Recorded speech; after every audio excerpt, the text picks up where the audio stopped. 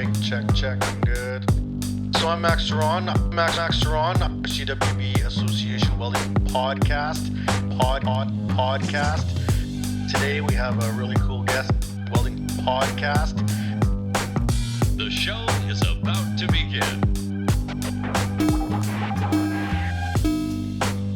Hello and welcome to another edition of the CWB Association Podcast. My name is Max Ceron, and as always, I am out there looking for the guests and bringing in the stories from the welding industry. Today we go a little bit south of the border here from our normal Canadian content, and we're bringing in Eric Pleil, who's coming to us from Elite Welding Business in Connecticut. Eric, how are you doing today? Good. How are you? I'm good. I'm just happy that summer is kind of holding on. You know, I'm up here in central Canada where we're about the coldest place on the planet for most of the winter. But I got sunshine today, so hey, I'm not complaining. How about you? Yep, same. We're still in blue sky and sunny weather, so same. Can't complain. Yeah, and Connecticut, how you guys do for weather normally? Like, is your guys' winter's pretty rough or not bad? Yeah, they're pretty. I wouldn't say Canada rough, but we get pretty cold and some feet of snow when it hits. So yeah, we get whacked. Well, Canada's a big country, so there's parts of Canada that have beautiful summers. It's not fair, right? So I guess it depends where you are. All right. So Eric, tell us a little bit about yourself. Let's start with where you were born, where your roots are. You know, where did you come up? Yeah, so I was born in Torrington, Connecticut in September of 1986, and I grew up in the area. Went to school there. Went to a technical school there. Took auto body, which really was kind of the only shop that had welding per se. We didn't actually have a welding shop to take. Mm-hmm. So I did a lot of auto welding and welding benches and chairs for the school. So that was kind of, I guess, school-wise, my introduction to welding. Yeah. Did you have trades in the family? Did you have anybody around you that was in the trade so that it was like not totally new, or was it something that you had no idea about? So a lot of my uncles are in the machining trade. So we had that kind of, blue collar ordeal in the family. And then when they were working on stuff at home, I'd hear the welder crackling in my dad's garage, or they'd be working on Broncos and, old trucks and stuff. So it was always something was always being worked on. So you kind of knew in high school you wanted to go down a trades route? Like there wasn't that pressure that most kids get today, to go to university and pick up some type of, college training? Yeah, I knew probably at maybe 13 or 14 that overall someday I wanted to have my own business, ideally welding. I wasn't sure exactly where I was going to kind of go, but entrepreneur-wise, it was always kind of there. And then once I realized how much I actually enjoyed welding, that it kind of clicked, and I realized, okay, this is the route we're going. That's awesome. The entrepreneur bug, I feel, is almost something you're kind of either born with or you're not. I've talked about this with a bunch of people on this show and throughout my life, because I had the same kind of idea, right? Like I had businesses and some failed miserably, but that didn't ever stop me from being like, I'm done. You know what I mean? Like there's always kind of something nagging in the back of your head that's like, I want to have complete control of this process from start to back, and it's almost like empowering to take that full accountability where it's only on you. It's just you. You know what I mean? You can't blame anyone else, right? Yeah, absolutely. And then as you get further on, like if you can get to a point, or if, part of your plan is employees and whatnot, and then now these other guys and gals depend on you. And that's a whole, next level of satisfaction and providing for these people and their families. It's awesome all the way around. It is. So as a young entrepreneur, 13, 14, you're obviously not opening up a welding shop. I'm curious to hear, what are your first forays into the entrepreneurial forum? What was the first business you started? So I enjoy like old trucks. Again, it was kind of in my family. So I was hooked on International Scouts. I don't know if you guys remember old Scouts. They kind of, the folklore was that they rotted off on the showroom floor because they were very prone to rusting and rotting out. So that was kind of one of my projects mid to late teenage years. And then I had the idea that, oh, I want to have like Northeast IH scout parts and rebuilding. So that was my first little venture into realizing what a business might entail and what's involved. But that was definitely the first with trucks. And how old were you when you did that? That was probably 17-ish, 18. Yeah, yeah. And did you have any, or did you at that point take any training on actual business stuff? No. And I mean, obviously, YouTube wasn't, I don't even know at what point YouTube came around, but even as far as the internet, like entrepreneurship, like it wasn't a fun, cool thing that like everybody seemed to be doing. Yeah. It was totally like, oh man, like who else even owns businesses that I know? And it wasn't very many. So it was kind of shooting in the dark. Yeah, that's something I've definitely noticed how much, well, obviously the internet changed everything. Yeah. Now you have access to all the information you ever wanted. But that was the biggest shock I had, in my young life, when I finally had a business start to do well, and I had to worry about, square footage and staff and accounting and books and insurance and all of these things. How much I didn't know any of it. Yeah. Your skill, if you're listening to this podcast and you're thinking about opening a business because you're really skilled at what you do, that's not enough. The skill is different. Someone will pay you for your skill. You can live your whole life happily working for somebody else if you got lots of skill and make lots of money. But working for yourself is not so much about skill, is it? No, it's only the work. If it's a trade, the work is only a little part of it. It's everything else that you're like, oh man, exactly like you said. I don't even know half of this stuff. So how did you start learning? How did you figure that stuff out? Oh man, I just kind of scouring the internet, and I always liked reading as a kid. And then when I realized, hey, wow, there is a ton of business books, behind the scenes kind of stuff that people don't tell you about, or because I never went to school for business, so I was all basically self-taught. So, I just devoured like every book I could find regarding, like service type business and blue collar. And then realizing that some of it would eventually have to be outsourced, and taxes and accounting. So it was really self-educating was the biggest key for me. Yeah. And in your early days, before we get to like the bigger businesses, you're building trucks, you're really niche market that you kind of trying to chase. What was some of the biggest mistakes you made in those early days? I guess really just not kind of knowing more and having to learn from the mistakes, and in the very beginning as a kid, you're like, okay, I do the work, I get paid, and that's it. Woohoo. But there's so much more to it. And until you're getting into it, you don't know. So I would really just say just the unawareness was a mistake just from not having done it, really. Just walking in like a pigeon, just like smile on your face. Let's get her done. And worry about all those other things later. Then you realize that, no, maybe I should worry about those other things first. Yeah. Yep. So what happened to the scout building company? What happened to that first little just kind of, I built some stuff for myself, sold some parts and stuff online, and then it kind of fizzled out. Yeah. Like they all do. Yeah, they do. My first one, I remember I just rented like when those where they have all the truckers and they each have like their own little trucker parking. A buddy of mine's dad had one, and so next door was vacant, so I just rented basically a garage to sit at my shop. I bragged to all my friends about this garage that I was setting up, and then of course it got broken into and robbed, because that's what happens when you have a big mouth and you're a kid. So hey guys, there's a totally filled shop full of tools that has no alarm. Check it out. Yep. Now, for yourself, what was it that you were looking? Because you must have had a vision of man, somewhere down the road, I want to get into X, or I want to be able to start doing Y. And obviously vehicles is a part of your background. I got into the vehicles game too.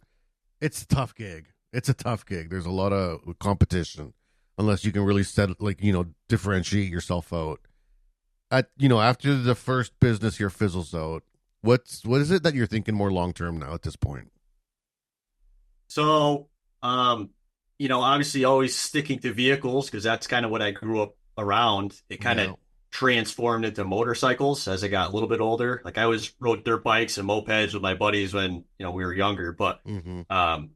I built a custom bike for myself and kind of caught on, and I posted some stuff on some of the chopper forums online. Some guys had asked for about parts and sheet metal work, and that kind of made me realize, okay, so I'm still going to be like, I knew I wanted to have some type of business regardless if the Mm-hmm. scout and the truck stuff didn't work out, which it didn't. So then next, like again, like you said, you can't just try once and give up. Like what's next? Yeah. So the motorcycles kind of took off, and that was more of custom fab work, which kind of after school and really getting experience at another place that I worked, kind of all tied it together. And whether it was machining or sheet metal fab or TIG welding or framework. So that was really the next big focal point. And then the first real area of any business for me that really took off, and I was like, oh man, I think this is actually going to work. Oh, awesome. So there's a couple pieces in there that were interesting. First of all, you went back for some training. So, you said you went back and got some training. So what did you decide to go back and study or learn better? So training wise, I would say basically I got a job at a local fabrication shop because Okay. coming out of high school, I could, weld on sheet metal, do some MIG Mm-hmm. welding. I really couldn't arc weld. I couldn't TIG. They had a TIG welder there, but no one knew how to run it. And I was always, hey, Mr. Ducey and Mr. Tebow, can you guys show us how to TIG? Like there's a couple of us that want to TIG, but they didn't know how. So it just sat collecting dust. I think it was maybe a sinker wave 250 or something. Yeah. So no TIG welding in school. And really after that point, it was just different jobs that I worked at. I would just scoop up all the experience that I could and all the old timers that would just talk Mm-hmm. about techniques and tips and tricks. Like again, the old phrase of being like a sponge and just everything Yeah. they wanted to show me and let me know, I just soaked it all in because I knew down the road whatever business that I have that succeeds is going to have to do with welding and fabrication and custom work. So training wise, it was really from old timers that, came before me. Now, as a business owner, and I'm interested in your take on this, especially in the early days, did you always have to have another job? Did you always have to have work on top of work? Were you always still working kind of a little bit in the private industry for somebody, to supplement? Because, like, I mean, most people don't know because most people don't become entrepreneurs. But if you do, you don't make money for a while.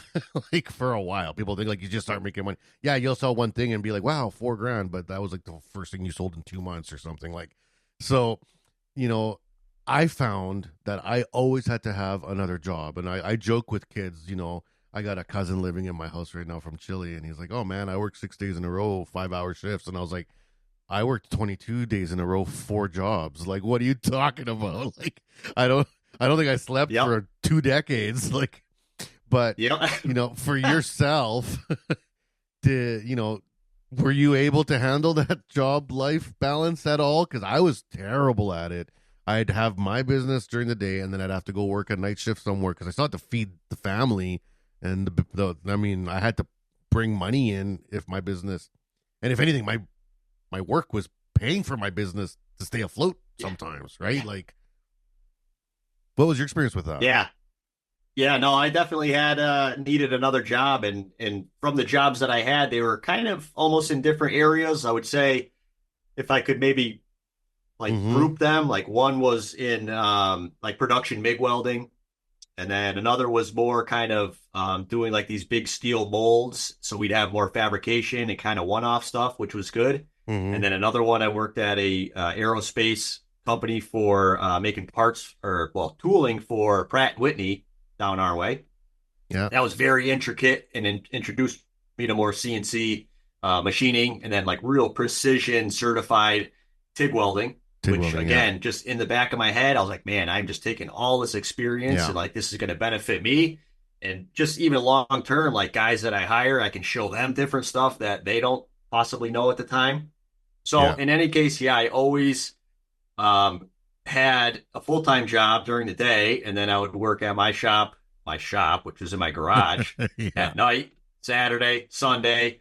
If I had parts that had to go out, I'd be out there, 4 o'clock in the morning, welding Hmm. parts on the bench to bang them out before I had to go to my real job. Yeah, So exactly. yeah, and until I really had a good nest egg and a good feel that like this is really going to work, I always had another job just to pay the bills and never know what's going to happen. Well, it And gives you some again, security, right? supplemental income. Yeah, Yeah, yeah. yeah, absolutely. Yeah, like it's they talk about the hustle culture, and there's kind of a movement now, which I understand because there's two sides to the coin, right? Like there's the why hustle, like no one cares, no one, no, it's never gonna. You're taking time away from your personal life to do professional stuff. So there's this idea, like why hustle? Why have a side hustle? And I grew up in the world of if you don't have a side hustle, you're not trying hard enough.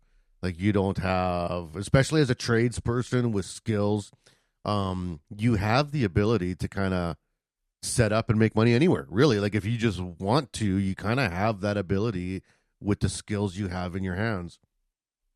I get both sides. Like no one's going to be on their deathbed being like, I wish I would have worked an extra overtime weekend. No one thinks that. And as an ex business owner and workaholic, I would say I have missed kids' birthdays. I have missed the soccer games. I have missed the presentations. All those things that I do think about now, being like, that's kind of crap. I was kind of dad because I was working so much, but it also afforded my kids a life that set them up where they're doing very well now as adults. So there's very much a fine line between overworking yourself and putting in the extra time to set you apart from your competitor, right? Because that's what I got taught as a kid is if you're not making that dollar, someone else is. That dollar isn't waiting for you. It's a race to that dollar between you and every other schmuck in town that's trying to get it, right? So what are you doing to get it, right? What are your thoughts on that, like on the hustle culture?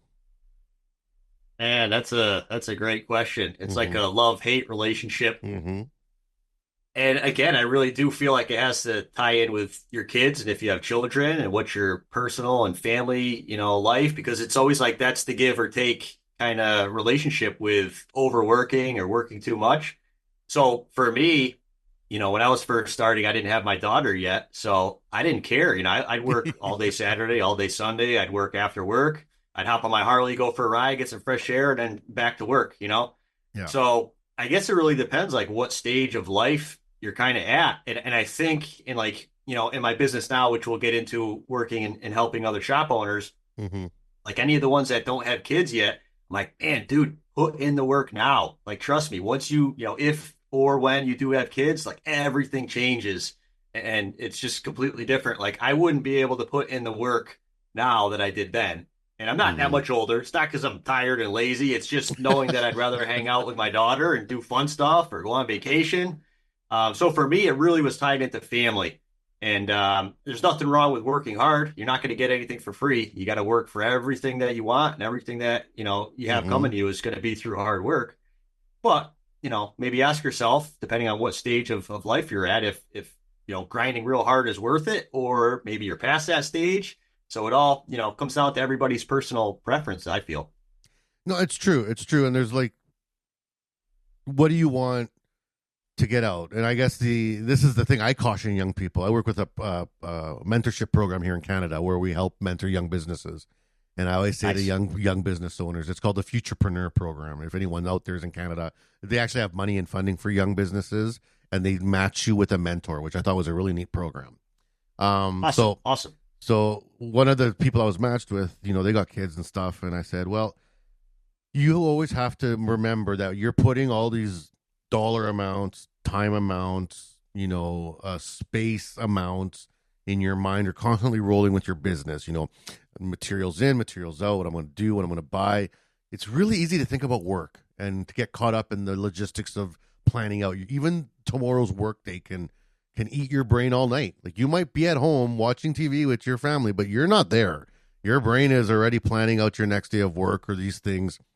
It's like you got to remember that your family is also work.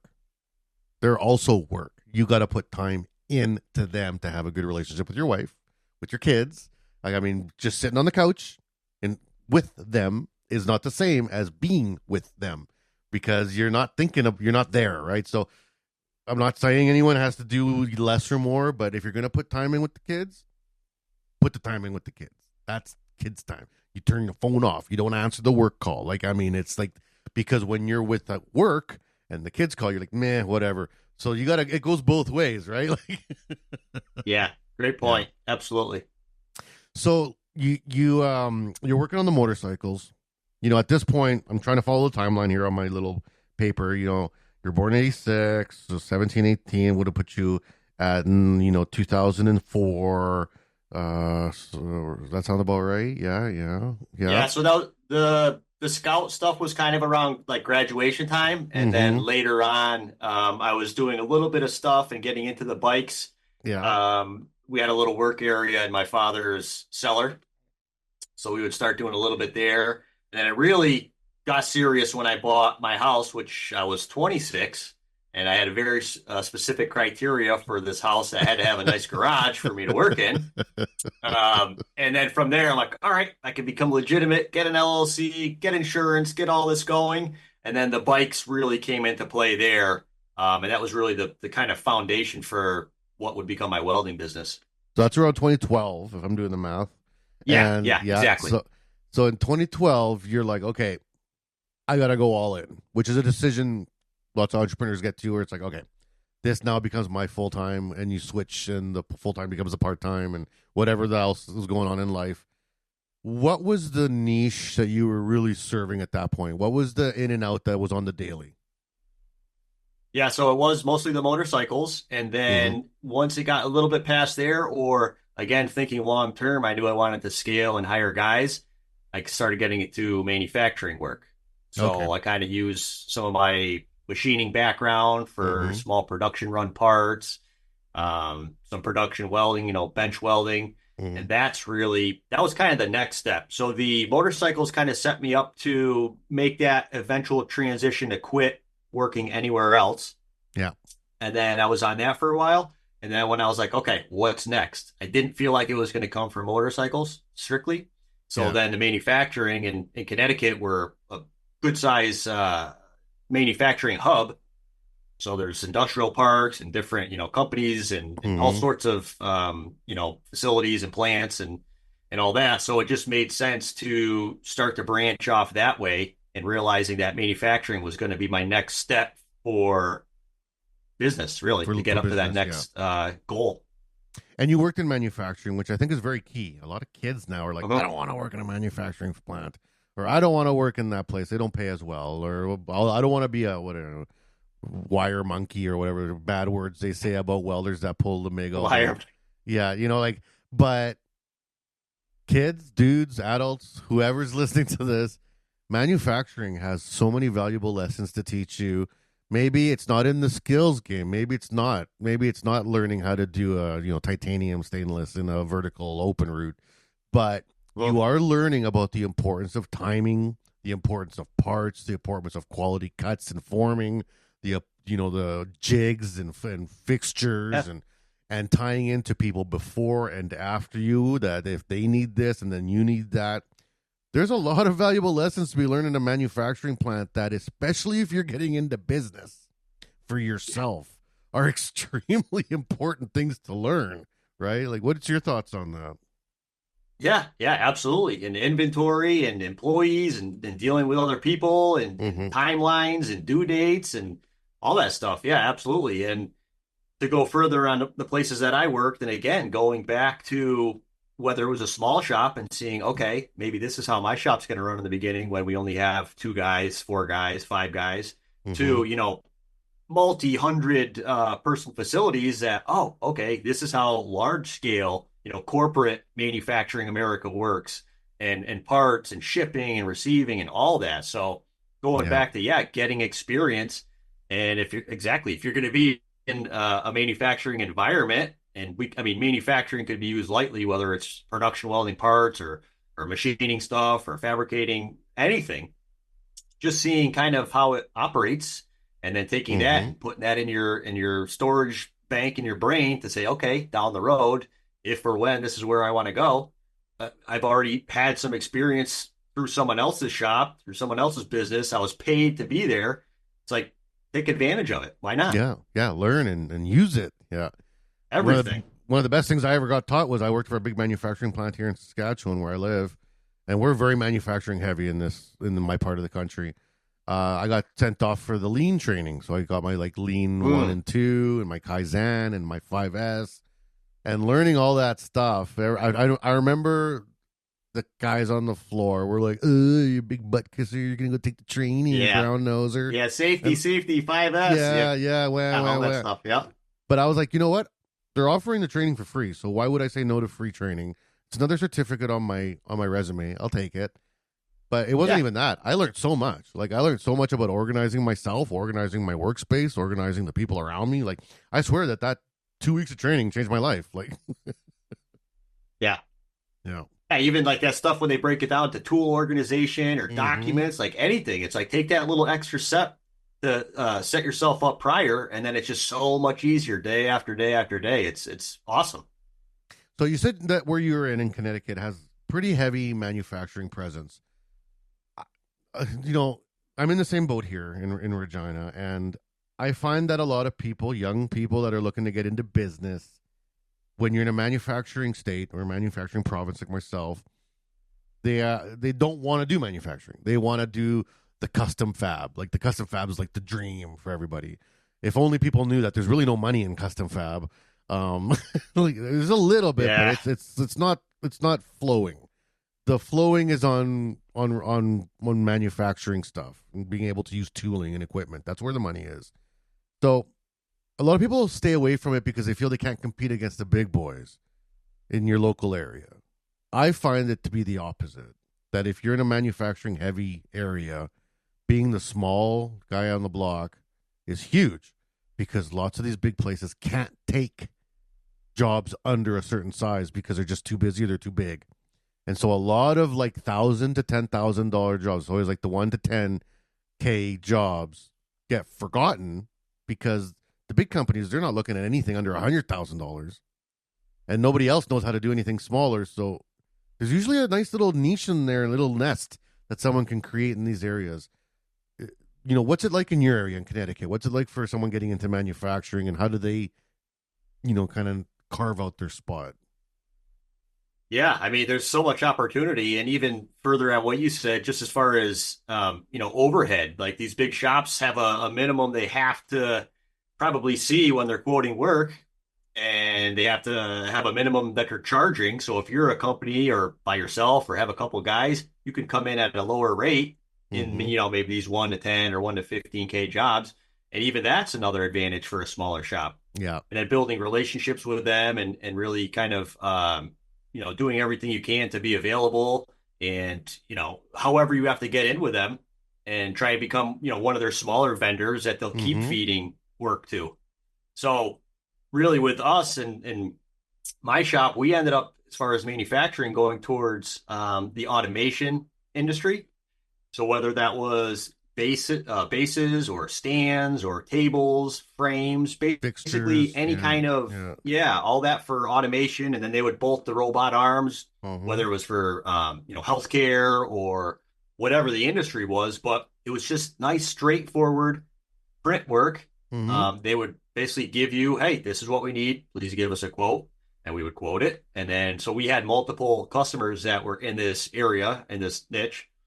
And really, that was the one that kind of propelled us to, further than just doing, by myself doing motorcycles. So that was really the next step, which was kind of an automation. And that was really what made sense for us here in Connecticut.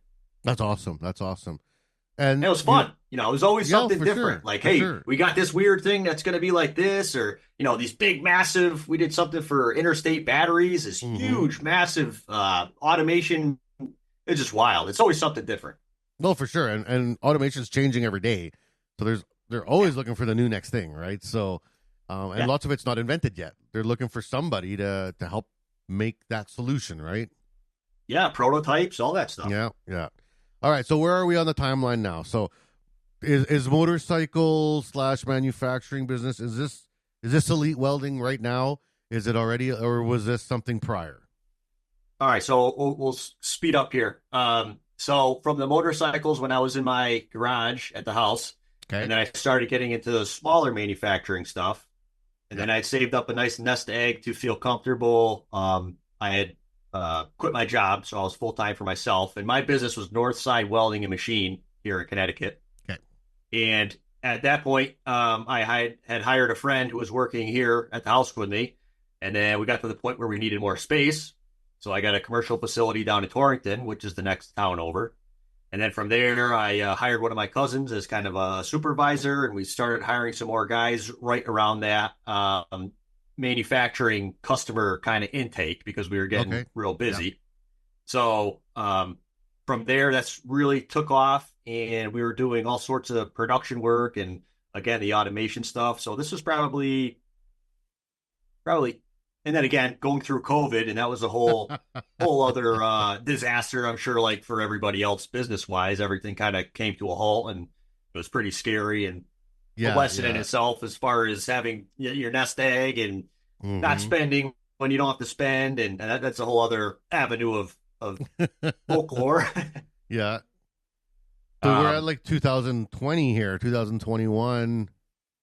Yeah. So at that point, pretty successful. Six figures and beyond from there. And then started helping out some other shop owners, small shop owners, whether they were kind of where I was in like garage, working out of your garage, or just kind of getting started, or, a lot of them were still working elsewhere. And like, hey, how do I kind of go on my own and get business started?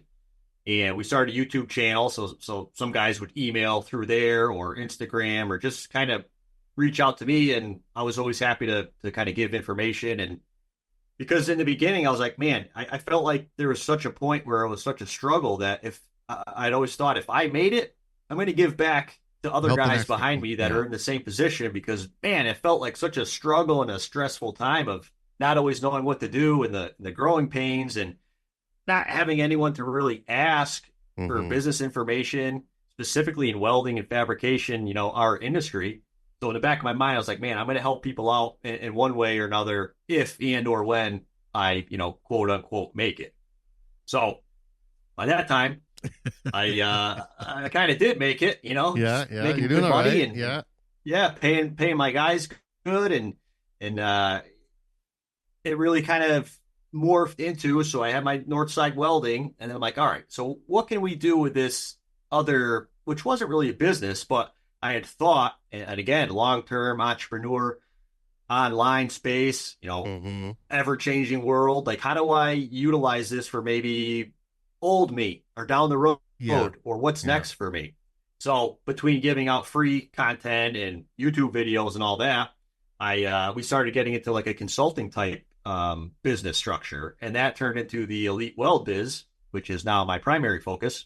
And again, helping guys go from where they are to where they want to be, and really showing them strategies. And we ended up building a program which kind of went over customers, employees, and systems as like a backbone of working together if they want to work one-on-one together. And that really morphed into a whole business on its own. It's been absolutely crazy, and it's taken on a life of its own. And that's where we are currently. Yeah, well, it's so interesting because that lack of training for young entrepreneurs, I feel like it kind of goes both ways. I think, first of all, there probably is training that is available that people overlook because of either ego or, like, I know how to do this. I know what I'm doing. This is my business. I'm going to do it my way.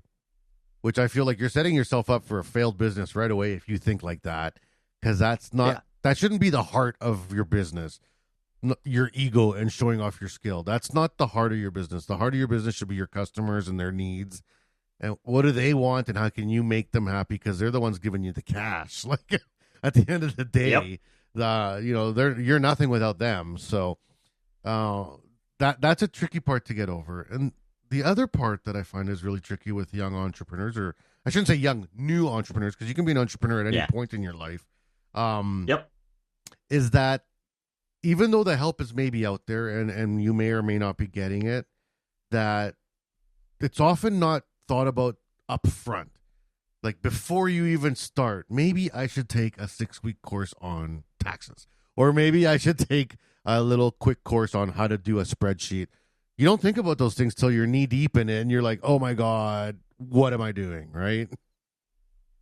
Yeah. Yeah. I don't know if it's just unawareness of, I mean, again, like me, I didn't have 2 cents to think, oh, maybe I should take some kind of business class or a community college. Like, Yeah. at that point, I was like, I know how to weld and I know how to open my wallet. What else do I need to do? And again, you don't know until you know. And wow, there was a lot more to do. Yeah. The price of beer went up $1. What the hell? Those are the important pressing matters, right? Like, all right. So Yep. we're at Elite Welding Biz now. Do you still have Northside? What you said it was called? Northside Welding? Yeah, Northside Welding. Yeah, so I ended up kind of scaling back and ended up because I got kind of to a fork in the road where Elite started taking off, and I didn't feel like it was right to start taking these guys on who after a while ended up becoming paying customers, saying, "Oh, I can't make our phone call today. I can't make our Zoom call today. I got to go work on this, or we're offsite, or we're working, got some crazy Wherever, deadlines." yeah. So that was probably one of the hardest decisions I'd made because I built, my baby, basically this welding business since I was, mid 20s, and knew that I wanted it since I was a teenager. And knowing that this new direction kind of maybe made more sense for me long term, and kind of, I guess keeping that entrepreneurial like hunger, alive Fire going, and yeah. striving to keep Yeah. improving. And yeah, so I basically scaled back Northside Welding and just put all focus on, the Elite Weld Biz. That's good. All right. Well, let's take the break now for our sponsors. And when we get back, we'll be here with Eric Pleil about, what is Elite Welding Biz? What's the mandate? What's the focus? And, some of the success. And I want to hear some of the obstacles because I love hearing what people have struggles with, because then that's when we all learn about what's going on. So we'll be right back here on the CWB Association podcast. Don't go anywhere. The CWB Association is new and improved and focused on you. We offer a free membership with lots of benefits to anyone interested in joining an association that is passionate about welding. We are committed to educating, informing, and connecting our workforce. Gain access to your free digital publication of the Weld magazine, free online training, conferences, and lots of giveaways. Reach out to your local CWB Association chapter today to connect with other welding professionals and share welding as a trade in your community. Build your career, stay informed, and support the Canadian welding industry. Join today and learn more at cwbassociation.org. And we are back here on the CWB Association podcast. My name is Max Ceron, and I'm here with Eric, coming to us from Connecticut, from Elite Welding Biz. All right, Eric. So right before the break, we kind of recapped your history, as a welder, as a fabricator, as an entrepreneur, a couple different business models that you went through, kind of just, I guess, fine tuning your own pathway to success, and as you got to the level where you felt you were good, you basically stumbled into another door of, okay, I've done it. I've started a good business. It's doing well.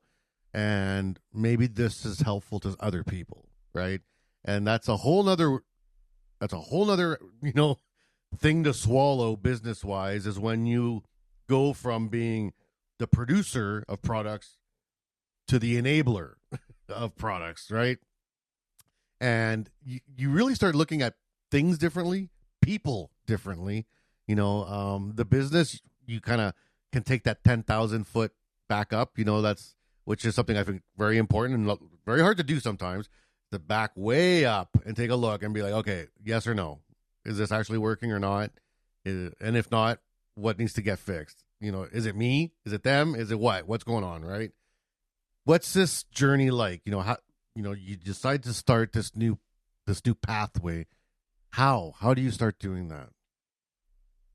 Man, it was a learning curve going from, running a welding shop and helping guys in the shop and producing parts to basically all online. Mm-hmm. So I kind of struggled for probably 6, 8, 10 months of trying to kind of get the YouTube channel going and producing content and editing and posting and learning website stuff and kind of sales pages and all that. And what I kind of harp on for anything is like, okay, go back to basics. Like, what do you need to do to learn what you need to learn to accomplish what you want to accomplish? And for me, that was always finding someone ahead of me or finding someone that knew more than me and reaching out for help, paying them, giving them what they wanted for, the instructions and a lesson or, a done for you or whatever the case is.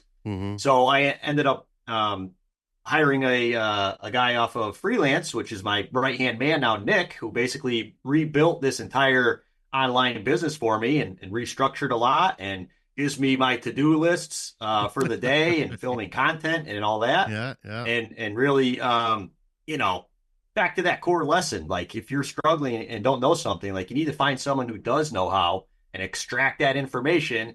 And I mean, it's either that or you're going to trade time and wondering or wasting money and still not knowing. So it really kind of just took on a life of its own. So how did you find Nick?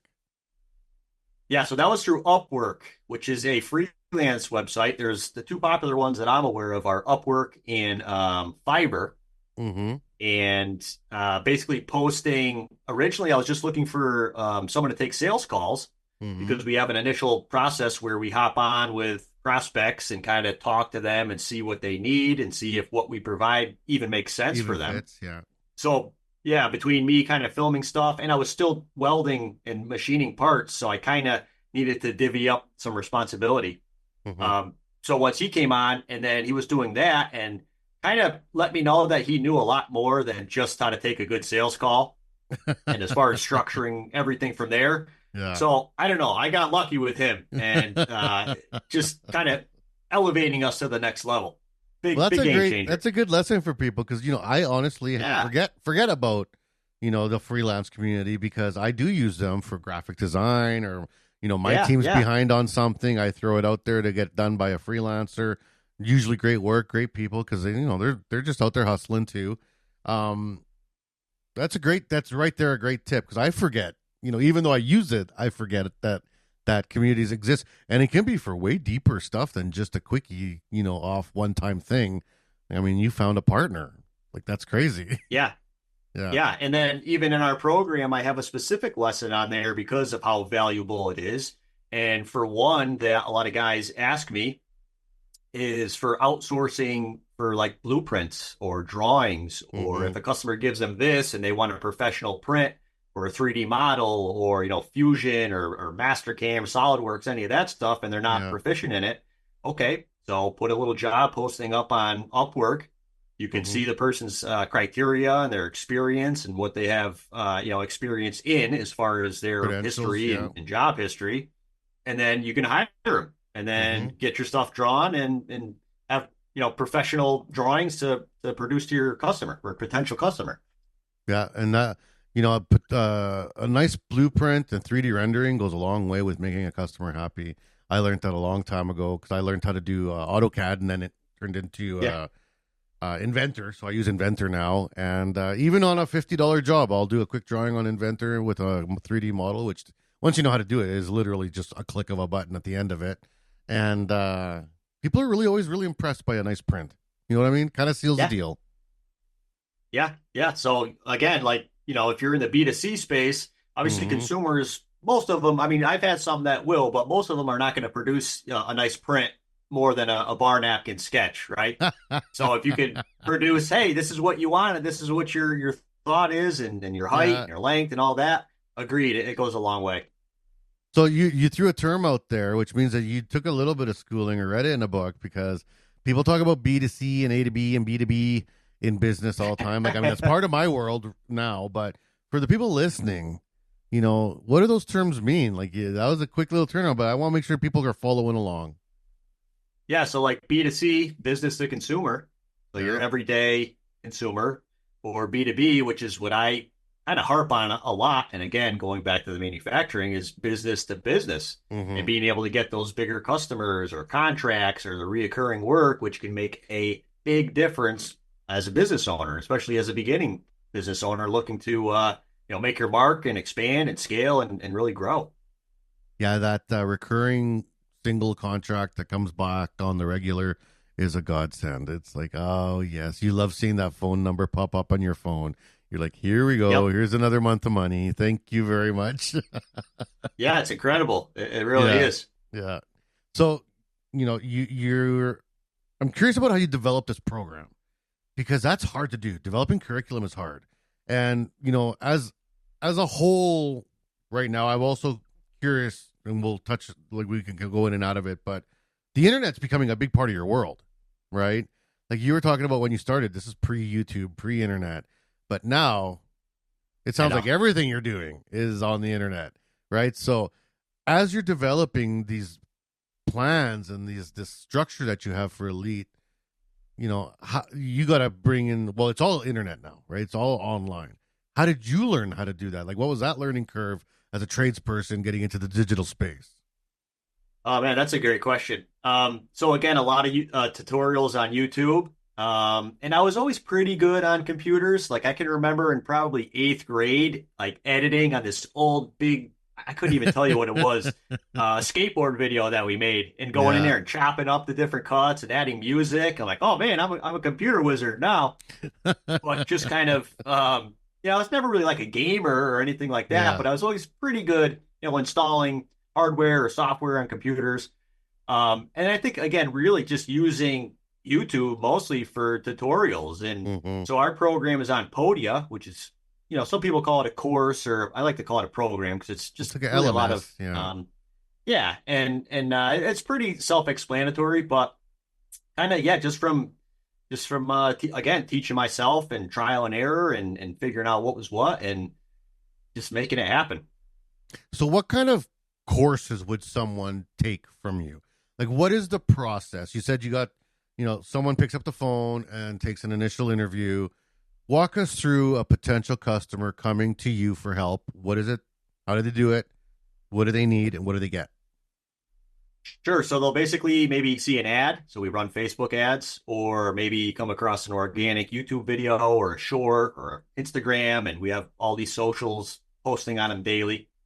And then from there, they would book a call again, through Calendly, and then ties into Zoom like we're on right now. Mm-hmm. And then they, as of right now, will hop on a call with Nick, and they'll basically discuss kind of where they are in their business and where they're trying to go, maybe what they've tried, maybe who their ideal customer is, if they're kind of focused on their niche correctly. And again, tying into the program itself as kind of the backbone, which everybody that we work with gets, it really goes back to customers, employees, and systems. And we always kind of lean on those three. And in the program, those are the main three sections. And, breaking those down, obviously I started with customers, because without customers, we're kind of just a hobby artist at that point. So again, like, who's your niche? Who's your ideal customer? How do we get in front of them? How do we let them know that we exist? How do we reach out to them beyond just maybe stopping in or, cold calling? And like, what are the new kind of updated outreach methods?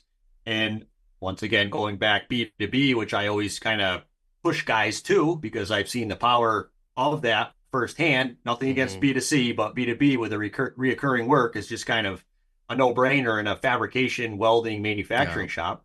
And it can fund the rest of your stuff.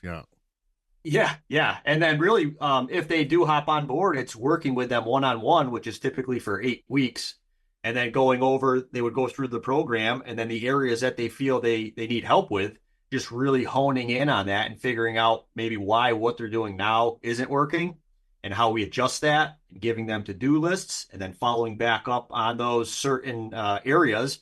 And we're really going back over it with the magnifying glass to say, hey, maybe this wasn't the right way to do it. Maybe try this. And really just kind of going off the results and fine tuning and getting results for them, whether it's new customers or a monetary goal or employees or systemizing procedures in their shop. It's all tied into each other. And what type of clients then are you after? Who's your niche? Like, who is it that are we talking like single entrepreneur, sole proprietors? Are we talking, 500 employee businesses? Is there a range that you're kind of chasing after, or you're hoping comes to you? Yeah, from what we've seen, the guys or gals, the business owners that have the best results, they're usually in that 1 to 2 to maybe 6 or 7 employee kind of mark. So still small, relative to being a small shop, but really still having that power to kind of change stuff on a deep level. Where maybe if they're 50 employees deep, it's not, you can't change stuff just like that overnight anymore. Right. So, kind of definitely that smaller, 2 to 5, 2 to 7 employee range, or even the single guy. And again, going back to really, it was like me helping me when I help these guys out. I'm like, man, you or me, I'm you. Like, I know exactly what you're going through and what we have to do to get you out of this slump of, stress and not knowing what to do. And yeah, that in itself is awesome also, because it's like full circle at this point. Yeah. And what about non-welding customers? Or is it kind of like only weld shops are coming to Elite for help? Or what if I'm a 2-person drywalling company? Could I learn something from you? Or are you just focusing on welding? No, that's a great question also. And really, and I've thought in my head, maybe we break off into offering machining too, or other exactly construction like trades, saying, other industries or contractors.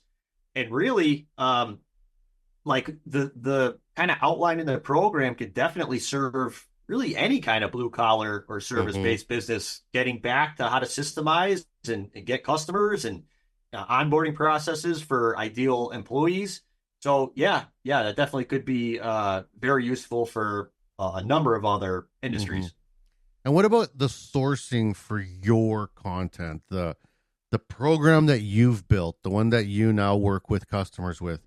Is this something that you wrote top to bottom? Did you have other collaborators help you develop this program? And what's your vetting process? How often do you go back and go over your own program with a magnifying glass and be like, this needs to change, this could be done better, or this goes here, or whatever? Yeah, so that was all from personal experience. First and foremost, which was basically the core, the bare bones. And then also after having helped people and discussed and email and just, conversing with a slew of different business owners, when they would ask something, that would turn into a lesson in the program. So It would get filled up by these questions with the ideal goal of, on our first kind of blueprint call, which we call it, after they've gone through it, there's not really like, hey, how do we do this or how do we do that? So just filling that up as much as I possibly could to keep it as simple and, really core information that's needed without fluff, without extra, stuff that's less desirable, but really answering their questions before they even have them. And then that program is basically updated continually, kind of forever. It's something that I look at daily and add stuff. And as I see stuff online or I come across stuff, so one of the latest, lessons that I added in there was adding how to utilize Chat GPT as a welding business owner, and tying in AI, and whether it's writing a business plan or giving me a quick cut list on material for a stand or a base. So, continually improving and continually adding and updating is, you can't really ever stop that, in my opinion. No, and if you stop, you really run a risk with your business of it being left behind. Like I said, my dad always said, that dollar's not waiting for you. So if you're not, advancing with the program, someone else is. So it's not a you, it's an everybody thing. So like, I mean, I'm learning ChatGPT now, or just, I guess, AI software. I've integrated it into a few of my systems here at work. It actually makes my job significantly easier on a number of things. I actually was about to try it with this podcast because there's a new AI function for Zoom, but I didn't try it because I'm like, I don't want to try too many new things at once, because that is also something I learned as a business owner that I've brought into my white collar, because I went from blue collar to white collar, and it's something I see white collar business make mistakes all the time that in blue collar we would not be allowed to. And one of the biggest mistakes in white collar world is taking on more work than you can handle. In blue collar, that is death. You do not ever want to do that, because you will start to create a chain reaction of stress and negativity that takes a long time to self-correct. And in the white collar world, I see people do it constantly, just like, yeah, I'll take on all this work and no idea how it's going to get done. Right. So Yep. it's interesting to see how AI can support that. Right. Yeah. And it's kind of, I mean, that's going to take on a life of its own. I feel like we're only at the very tip Yeah. of even being aware of it at this point. So it's kind of scary at one point. And you think about all these robots taking over the world. But as far as the apps and whatnot, man, use them, utilize them. Yeah. Well, I feel like if the robots took over the world, they're not going to do worse than we did. Like, really? Like, it's not like we did such a great job. Like, if that ain't a true statement, I don't know what is. Like, people are so worried about the robots. It's like, man, have you looked at what we've done? Like, I don't know if we're really the selling point on this. Yeah. Good point. That's a good point. So, what's going forward now? Like, are you full? Is this like now the full-time gig where you have enough work coming in from this to keep you and a few people busy? Are you looking to scale up? Are you looking to conquer the world in the education space? What's coming? Yeah, I think continually, growing and improving, just like any business, and hiring on the right team members, and like we have editor again back through Upwork as far as editors and guys, messaging and setting up appointments. So scaling and improving and just keep moving upwards is definitely the main goal. As of right now, it's successful in its own right, and it happened a lot quicker. And again, I think through experience than my welding business did, which I was thinking about the other day, which was incredible. And again, just going from experience, like I didn't know what I didn't know back then.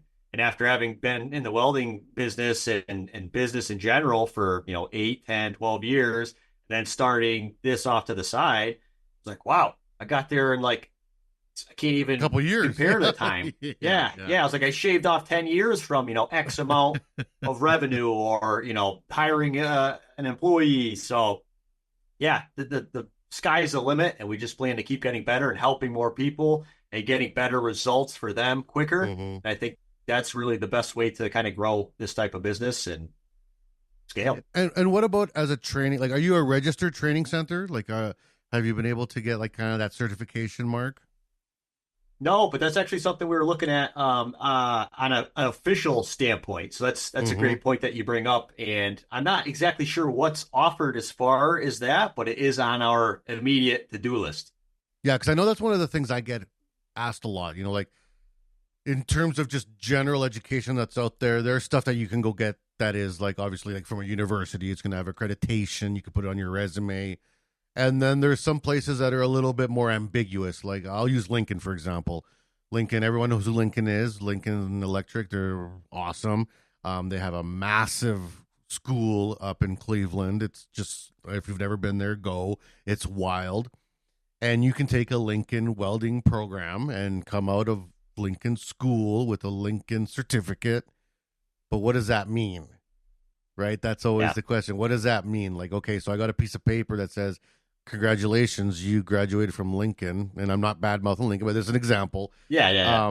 What do you do with that, right? Who would care or who would notice? And that's a tough part for educational institutions, because what you teach is so valuable, but sometimes people are like, oh, they're not a real school, or I don't get a diploma or something at the end of it. So I'd imagine that's something you guys think about now. Yeah, I think getting results and having testimonials and people seeing that other people, maybe even behind them, are doing better than them, or realizing that there's different avenues and maybe stuff they're trying that isn't working to then try. And again, getting back to really the online space, like my biggest thing was to get away from the guru, anything to do with like scammer or this guy's full of what. He's not, he doesn't have the comments, he's not all burned up. He doesn't have I was like, dude, I'll show you the scars, my legs, my arms, everywhere. Don't tell me I was never a welder, for starters. So just getting away from that and really preaching what I've done and growing my own business, and then with a program saying, hey, this is how I did it, and it's still relevant and it still works. And here's 5 guys that we worked with within the last 6 months who were maybe added 20 or 30K in the first 60 days. And I think once Yeah. people see that, they realize that it's not BS and something to be taken seriously. Yeah, you bet. What about getting out there? You said you have the Facebook, kind of the ads going. How important is your social media presence? How important is your LinkedIn presence? Like, where are you? What do you do on there? How do you make it work for you? Yeah, so definitely social media with this type of business. I mean, even again, blue collar businesses it's still very important because it's what's everyone do every day, scrolling on the phone. So where should you and your business be? On the other side of that phone. Yeah. So as far as us, we're really focusing on YouTube and Instagram. We just opened up a TikTok account just to have more social media out there, and again Facebook. So really being on there and not just hey, come look at us, but giving still more free stuff away or little this is what we're a tidbits part or of. little just kind of helping all the way around. And if they want that next step for the one-on-one, then they can choose that route when it becomes available to them. Yeah. What about like trade shows and stuff like that? Do you have a place in that world? Mostly as shops, you try to get out there and either visit or show off at trade shows or conferences. Are you guys still in that space? Are you looking to promote like at a Fab Tech your business, like maybe through the educational series now instead of with a booth? You know what I mean? Yeah. What are you doing to get out there in that world? That's a great point. I forget who I was speaking with about Fab Tech and where it was this year. But that I think is definitely going to be on our to-do list. And yeah, not having the booth. And I've had booths at, motorcycle shows and fairs and all this stuff with my motorcycles and fabrication shop. But yeah, now transitioning and hey, what is really a education style welding business, growth kind of offer or presentation really look like? So yeah, that's a great point. And that's definitely on our near to-do list. Yeah, and I would recommend it. Like, I mean, I've been in that space now for about 10 years of doing business talks and talks on education at conferences, and it was a good transition, especially for an old guy like me, to because I have done, as I was a young entrepreneur, I worked in the fields, I did the things, and like you said, some of us stick our necks out there and learn the hard lessons. And I'm not really interested in making other people learn the hard lessons. I'd rather them learn from me and just skip that part. Just you don't need to do those stupid things I did. Just learn from an idiot and move on. Yep. Yeah. Yeah. I mean, everybody's already, kind of done it. And one simple way I put it, I'm like, hey, any problem you're facing right now, there's a 99.999% chance that in your specific industry, in your specific shoes, someone's already solved it. So why are you trying to recreate the wheel? Like, let's just find you the information and then get on to your next problem, your next bigger problem for more success. So coming up on the end of the interview now, like how do people find you? Like what's the best way? Do you have an unlimited ability to take people on, or do you take X number of companies on per time? Are you waitlisted? Let the people know how to find you and what that's like. Yeah, so mainly on YouTube, we have our organic stuff on there. On Facebook, we have the Elite Weld Biz page, and that's tied into all our ads. So if you look at it, you'll probably see my face pop up, saying something about welding. You could always click on that. Again, either through TikTok or Instagram also. And then you would go in and, schedule a call. And then at this point, talk to Nick and see exactly where you're at in your business. And if it makes sense to maybe move forward, then we kind of take that route once we get there. And you said it's about an 8-week program. That's like the max length, or? No, so we have 8 or 16 weeks typically, and then that'll kind of depend on what the client needs.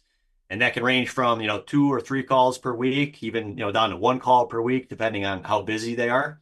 And, as we take more guys on, prior guys are dropping off and finishing the program if they don't extend.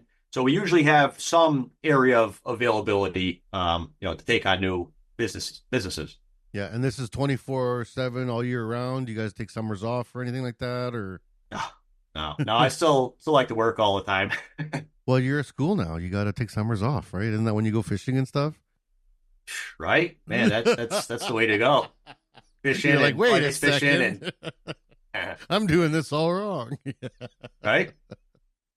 Awesome. Well, a couple more questions just to wrap up the interview, for Eric, because this is, I think, very educational for people looking to get into business for two reasons. Number one, don't be afraid. That's always just rule. If you got the bug in you, let the bug come out. You'll forever be questioning yourself while working for somebody else of what could have been. Just find out. Go do it. Maybe you won't like it. Maybe you've always wanted to start a business and you try and you're going to hate it. Because let me tell you, it's not for everyone. And then at least you'll know. But on the other side of that, if you scratch that itch and you're good at it, well, we need you. Entrepreneurialism is what really drives economic growth more than Walmarts and Boeings and all the big companies. It's entrepreneurs, because we actually pay taxes at this level. Those big wigs up there, they don't pay a cent, It's our blue-collar entrepreneurship that really drives all of North America, Canada, and the U.S. So, it's good to find out one or the other. Now, from your point of view, you want to be able to be there to support the people that are making that decision, right? If you could go back and give yourself as what you know now of this program, at what age would you have stepped into your own life and been like, hey, take this 8-week course. It'll make you so much better at what you're trying to do, young Eric, old Eric to young Eric. When would you have stepped in and made yourself take the course now? That's funny because I think I did a YouTube video a while back of what I would tell my younger self. Yeah. And it basically would answer this perfectly. But I think definitely around, I'd say business-wise, probably a little bit before the motorcycle kind of era of myself and my business. Just saying, hey, you're doing bikes because you love them. That's cool, but maybe try this manufacturing a few years earlier, and I know it would take off that much better. And then also the big thing, whether it was a similar course that was available at the time or somebody or someone or something, is again, like I said earlier, is just finding that one person who's done and solved your problems and get that information from them. Like, what is stopping you? Because they've probably already solved it. Yeah. So, hey, how do I get past X? How do I get past Y? I can't get this customer. I can't find the right employee, or someone's already solved the problem. Just know that at whatever stage you're at. So get in touch with that type of person and get on to the next problem. Well, and that was going to lead right to my last question is, the importance of mentorship. World Skills just wrapped up this week. So there was, thousands and thousands of kids competing for the trades in Lyon, France this week. I saw that the American welder got 4th place, which is fantastic in the world, which is, you're 18, 19 years old and you're the 4th best welder on the planet. That's pretty wild. Canada did get 3rd, one better, but we won't rub that in too hard right now. But hey, Canada. But China and Korea got 1st and 2nd, which they always do because their welding students are unreal.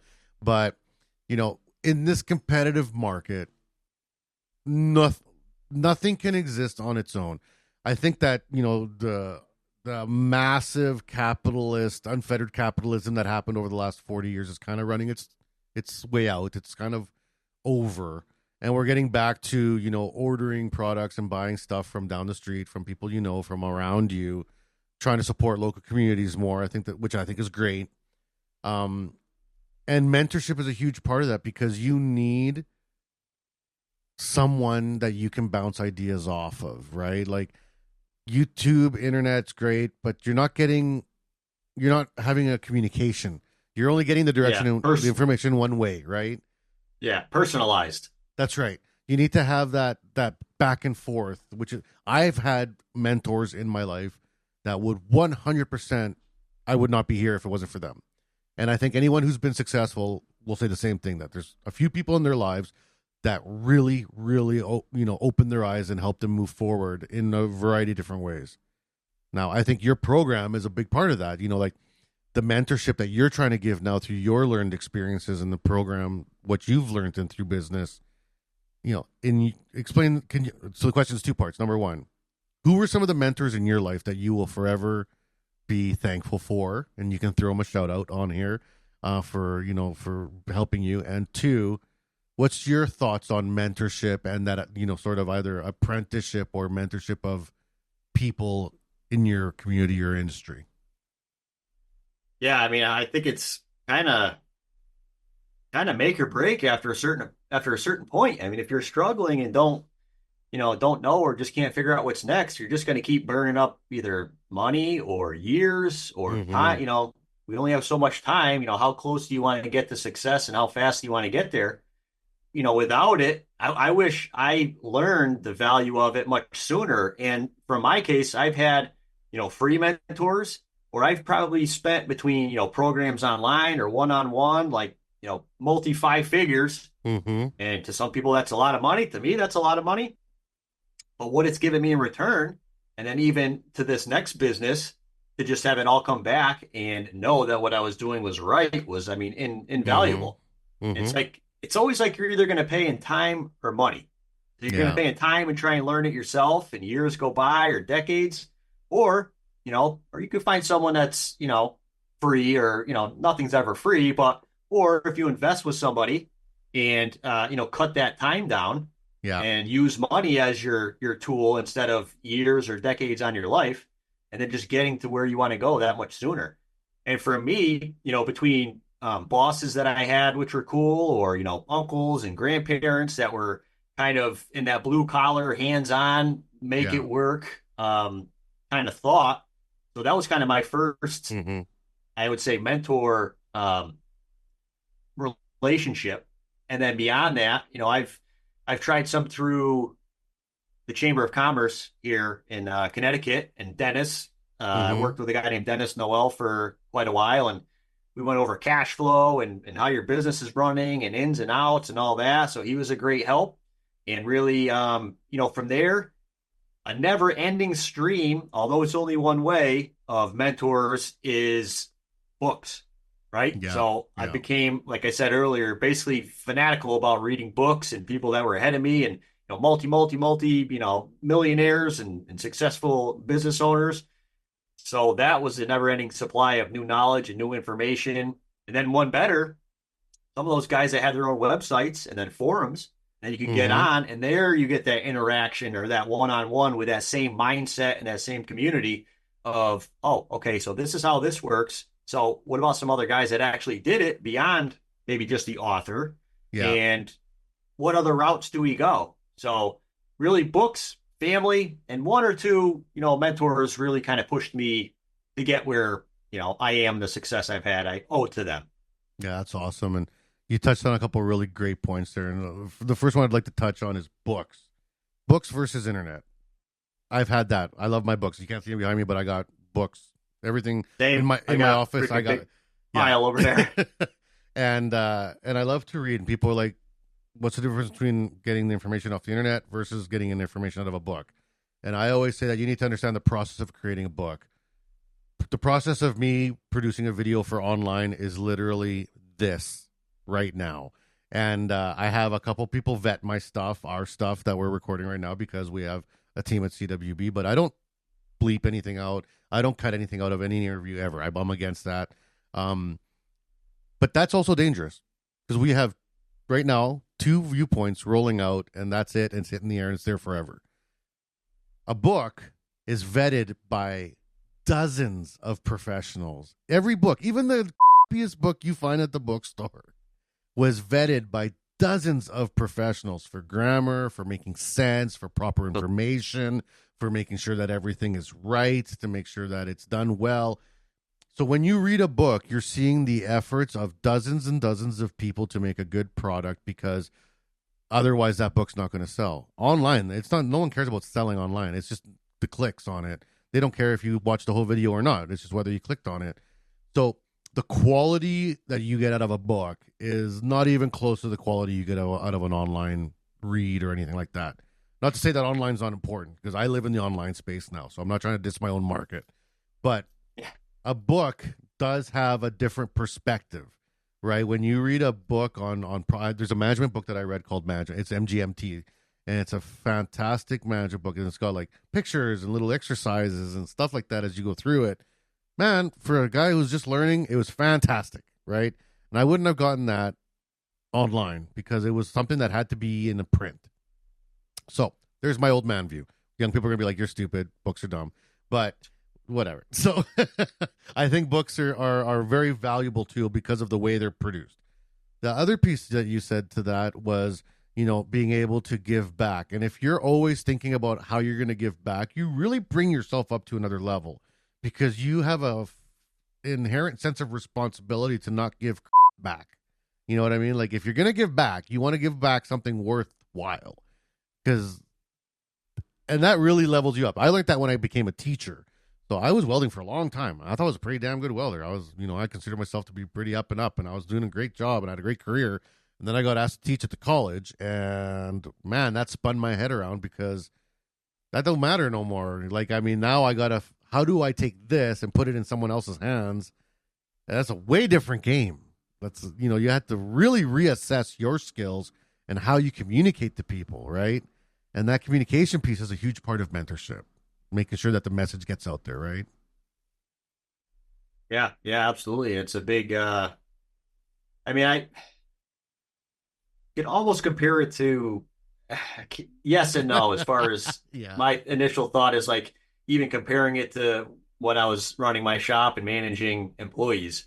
Yeah. So, but it's like they're under your umbrella. Yeah. Mm-hmm. But where you're helping these other guys, they are holding their own umbrella. So regardless of what you say, they don't have to listen to you. Nothing's going to happen. If, what am I going to say? Oh, you didn't listen to me. What the but then they have to take it and run with it and actually use the information and succeed with it. That's a whole other conversation, I think. Awesome. So the ways to get a hold of you, Elite Weld Biz on Facebook. You got a website? It'll all be linked through YouTube. There's links on there. Okay, Elite Weld Biz community. That's the best way. Yeah. Okay. All right. And then coming up in the future, just keep eyes on you. You're gonna grow. You're gonna be out there. Any big conferences or trips you're gonna be going at, or anything you're gonna have planned on the way? No, but now you really got me thinking about FabTech and starting to scour some other local shows and getting a crew together. There's lots and to learn, going out. Right? Because then you're surrounded by like-minded individuals, which is always nice, right? Definitely. All right, Eric. Well, thank you so much for being on the show. I hope you had a good time, and I hope we got the information out that you were trying to get out, because I think that what you're doing is incredibly valuable to our industry and for all the people that are looking to get into business, to know that there's supports. There's not just them flying blind. There's people out there like you, like Elite Weld, that will help them in reaching their goals. And I think that's really valuable. Absolutely. Thanks, Max. Thanks for having me. It's been an absolute blast. Awesome. And for all the people that have been following, we'll be posting up all his information and links with the podcast. If you have questions for Eric or for his company, please shoot them to him, send them out his way. If you're not sure how to get a hold of him, just message us. We'll connect you 100% and make sure that we get the information down there. And we hope to see you. I hope to maybe I'll come down and visit in your area. I'm always traveling all around, but at some point I'm sure we'll hang out and meet each other face to face. That'd be wonderful. Yes, absolutely. I look forward to it. Awesome. Thanks. And and remember to keep downloading, sharing, and commenting on our podcast. We also started a new feature talking about AI. We have now with our Buzzsprout, it has a new AI tool for asking questions. So if you go to our actual Buzzsprout where we host all our podcasts out of, there's ask forum question, and the questions come directly to me. And we are thinking about using those as part of maybe some shorts or something. If you have questions for me or about the podcast or any of our guests. So we just opened it up this week. So check it out. We're not sure how it's going to work, but we're playing with the toys. So we'll see how it is. But up until then, keep following along, stay tuned, and I'll catch you at the next episode. We hope you enjoyed the show.